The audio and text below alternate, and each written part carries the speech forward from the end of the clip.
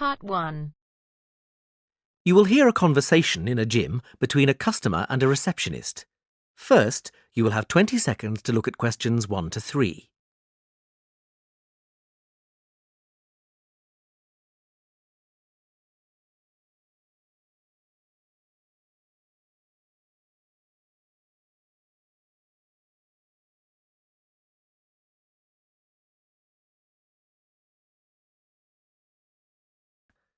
Now we shall begin. You should answer the questions as you listen, because you will not hear the recording a second time. Listen carefully and answer questions 1 to 3. Hello, and welcome to Smith's Gym. Hi there. I'd like to become a member. Yes, of course. We just need to fill out a couple of forms and then I can show you around the gym. That would be great. Let's start with the membership form. Can I have your name, please? Yes, sure. Brad Simmons. Is that Simmons with a D or without? Without. SIMMONS. Got it. And can I take a contact number, please? Yes, sure. It's 04983 55521. OK. 04983 55531. No, it's 21 at the end. Great. And do you have an email address? Yes, brad07@elemnet.com. That's ELEMNET.com. Right. Now, we've got 3 membership types here. Bronze, which is just off-peak and costs £21 a month.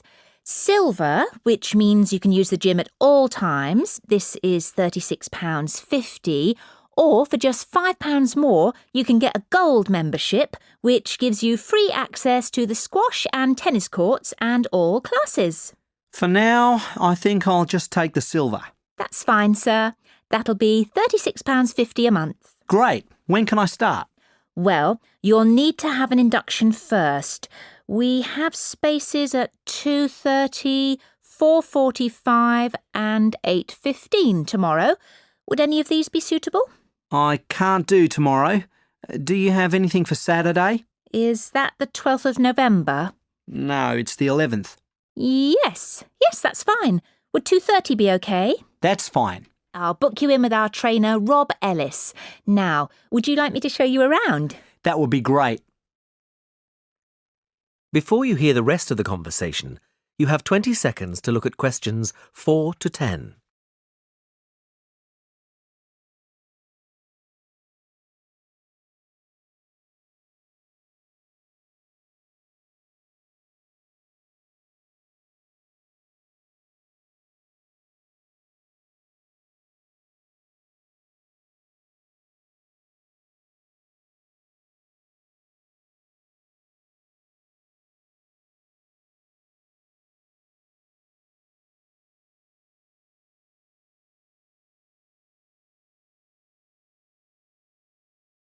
Now listen and answer questions 4 to 10.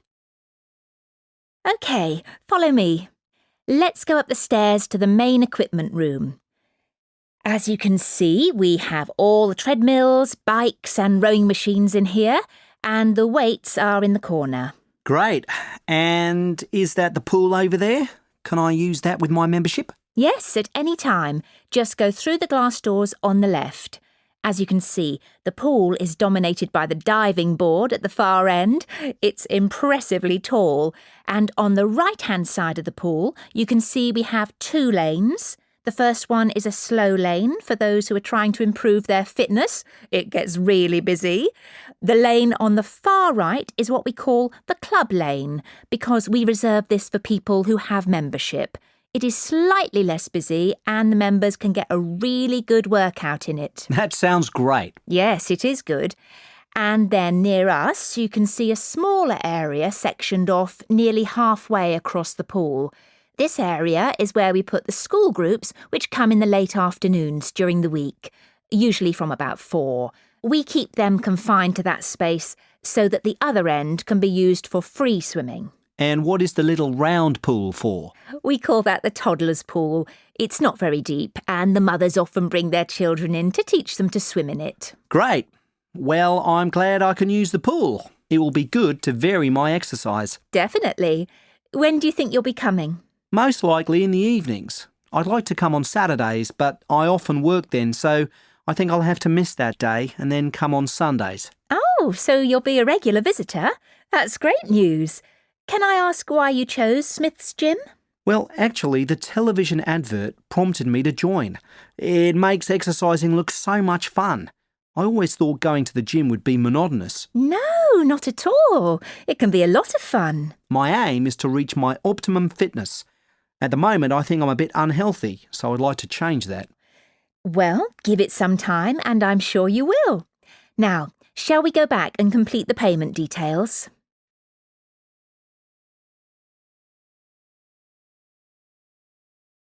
That is the end of part 1. You now have half a minute to check your answers.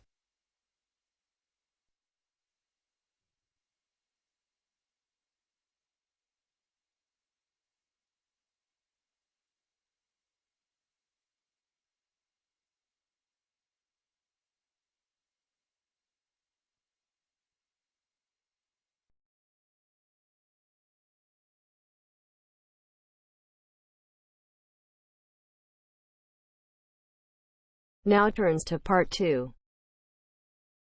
Part 2. You will hear 3 students discussing a language project. First, you have some time to look at questions 11 to 16.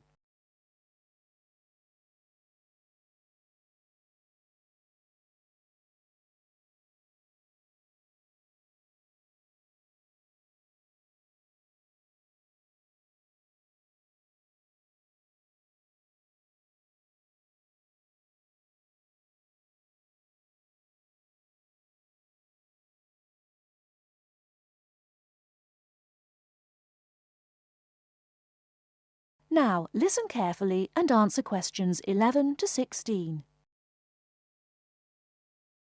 So, we need to get this field trip sorted out as soon as possible, don't we? Yes, let's get started.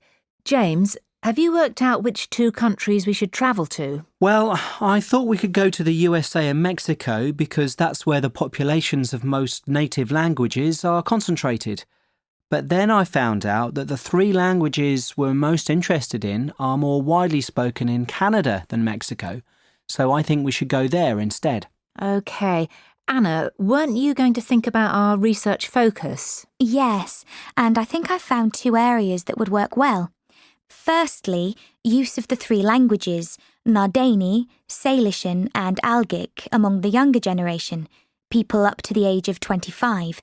I found out that although there are many older speakers of Algic, it's used much less by the young.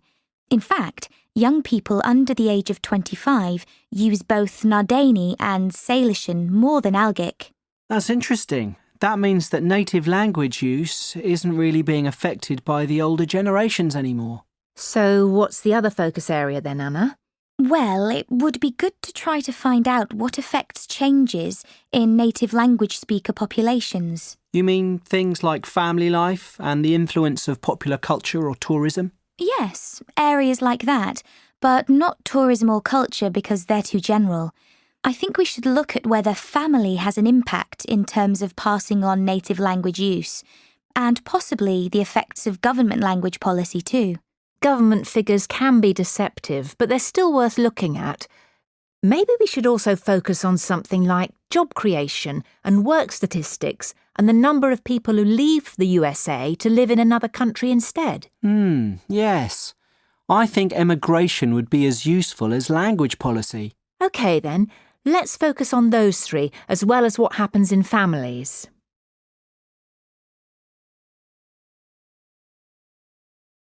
Before you hear the rest of the talk, you have some time to look at questions 17 to 20.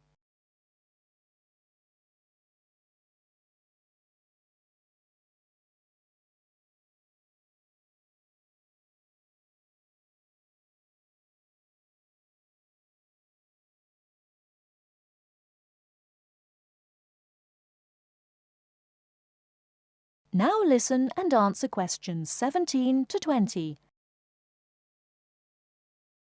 Well, shall we look at our route now? Most of the speakers we're looking for are in California, so we could start there. We can spend 2 weeks travelling around and meeting people to get some background information and then start collecting data. What do you think about beginning in the southwest corner of the state and visiting the Barona Reservation? That's a good idea. We'll be able to get some interviews with native language speakers there. And then we could go to the Eastern Mountains to visit the local education authority of North County. They've got a native language project for school children. Why there? Wouldn't it be better to go to the education department in San Diego? It's bigger. But they focus more on Spanish and English bilingualism and less on native languages. In that case, the North County Education Authority will be more valuable, so let's do that. After that, we could head southeast to the town of Bishop. There's a company there called Cotec, which employs only bilingual speakers. I've emailed the managing director, who's happy to give us an interview. Oh, that's great work, James. It sounds like something we should definitely do. Right, well, I'll email her to confirm. Also, we should go to Sun City. It's this bilingual town in the south-central area of the region. They have a policy whereby all signs in the town must be in the local language as well as English. We can take photos of these signs. They'll make good visuals for our report. But won't that be intrusive for the people who live there? No, they're used to it. The village is used as a model for other communities who'd like to do the same thing. In that case, let's add it to the itinerary. That is the end of part 2. You now have half a minute to check your answers.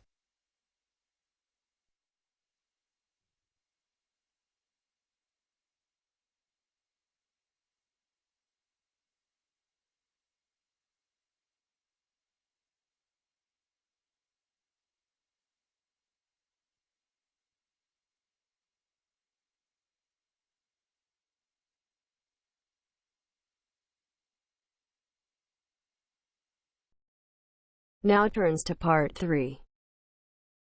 Part 3. You will hear students and a tutor discussing an energy project. You now have 30 seconds to read questions 21 to 27.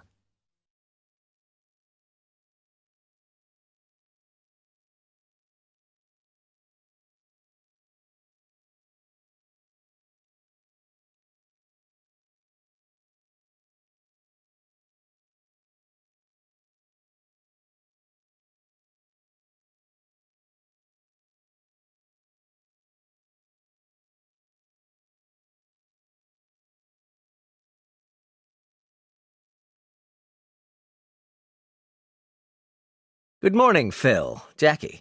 I hope your project is going well. Good morning, Mr. Jackson. Hi, Mr. Jackson. Well, we've made a start on analysing the different forms of renewable energy, but unfortunately, we don't really agree on some points. Okay, why don't we talk about it? Well, Jackie believes that all forms of renewable energy are beneficial economically, whereas I doubt that that's true for all of them. Such as? Such as wind, wave, and solar energy, because they're less reliable. That's a valid point, but I don't think that's a large enough factor to disregard it completely. Exactly. That's what I said. However, another drawback is that they're generally very expensive to produce. Yes, you're right, and that is a concern when evaluating their usefulness in future. I agree with you to a point, but it's likely that the cost will come down. I read a report in the Journal of Environmental Science that estimates the cost would fall by 20% over the next 10 years, which is significant, isn't it? Absolutely, Jackie. But you need to think about how difficult it is to predict the future cost of non-traditional energy sources before you believe the report. Remember, in your project, I want to see evidence of critical analysis. Make sure you've analyzed all the information rather than just accepting the information that you agree with. Also, it's very important that you demonstrate wide reading around the subject. I know. It's just that I'm not convinced that it's going to continue to be that expensive, especially if there's a demand from consumers. Well, what about if we analyze the costing process as part of our project? That's an excellent idea, Phil.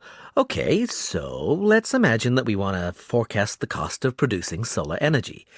How could we do that, Jackie? Well, I think we'd have to start by working out how many hours of daylight there are in the UK per year. The Meteorological Office would have data on that. Then estimate the number of hours of sun to get a rough total. And then I suppose we'd need to work out how much it would cost to supply the average home with solar power, and then extrapolate that to get a number for the whole country. Good. And don't forget the price of power conversion stations. This will have a significant impact on overall expenditure. And there's one more factor you haven't taken into account yet regarding the consumers. Whether they would change from traditional to renewable energy? No, but think about what might make them change. Oh, yes. How much they would be willing to pay. Exactly. Well done. You now have 15 seconds to read questions 28 to 30.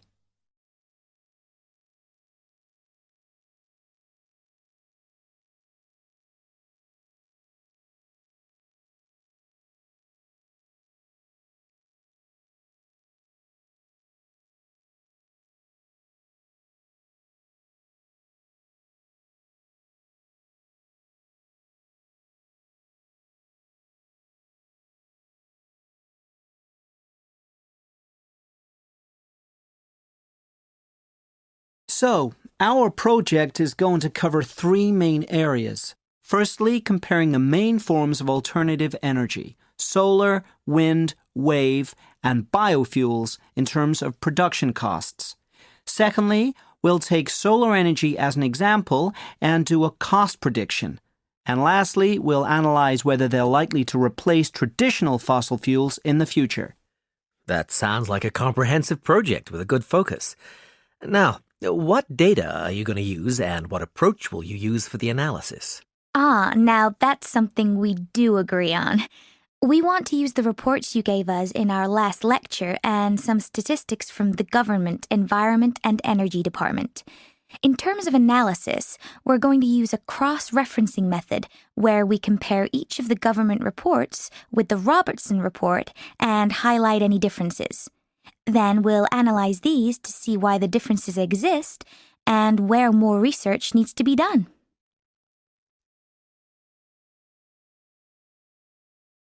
That is the end of part 3.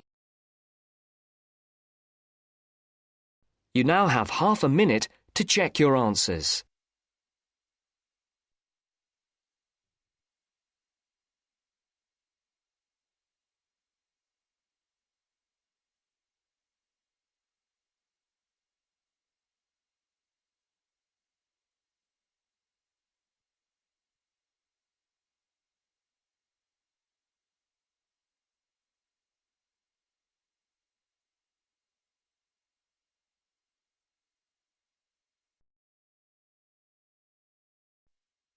Now turns to part 4. Part 4. You are going to hear a lecturer giving a talk about work placements for psychology students. First, you have some time to look at questions 31 to 40.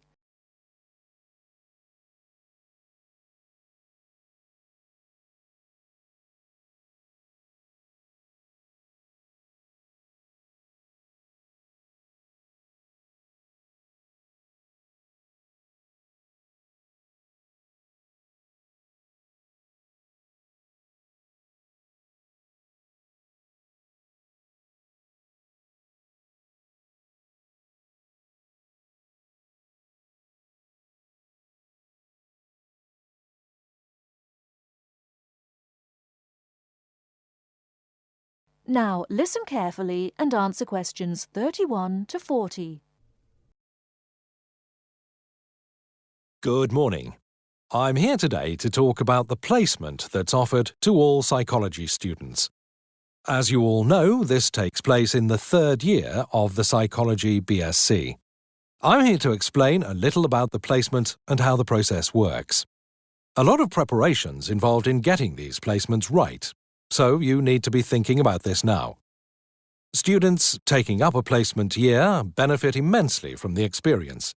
To find decent employment in the field of psychology, the chances are you'll need to undertake some form of postgraduate training, such as one of our master's courses. These courses invariably demand experience in the field you intend to study. So being able to gain this experience during your undergraduate degree is a great advantage.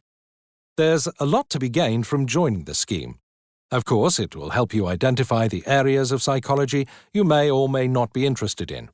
And you'll develop transferable skills such as problem-solving, team-working, communication skills that employers demand and that graduates often lack.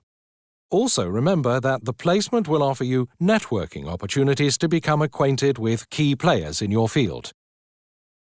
Many of our students who've completed a placement year take up a position with the same employer after graduation or after successfully completing postgraduate training. In fact, many of our students from previous years now hold influential positions in the police, the health service and the private sector as a direct result of their placements. The placement you choose will depend very much on your own area of interest.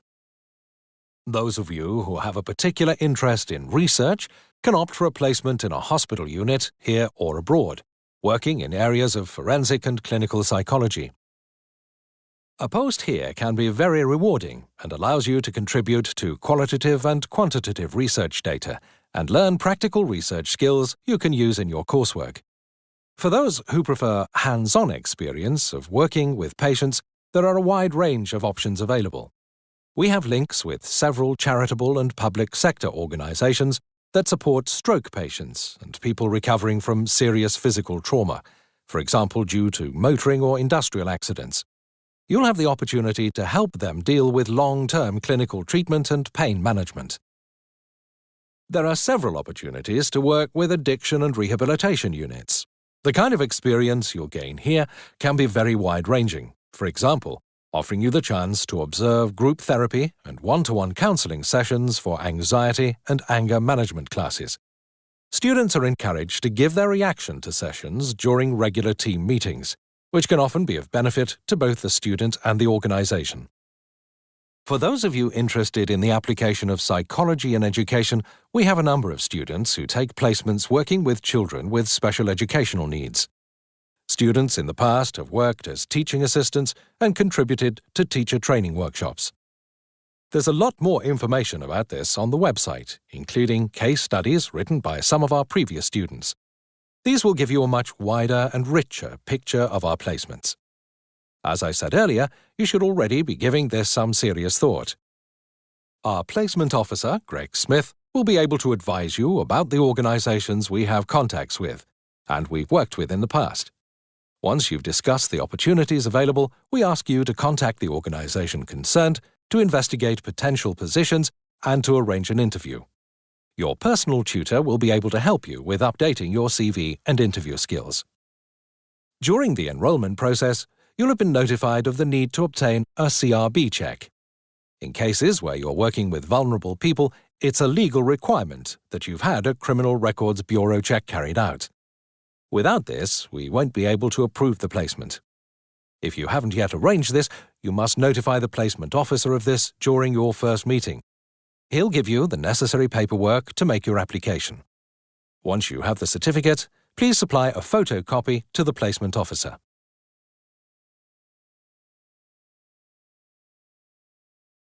That is the end of part 4. You now have half a minute to check your answers.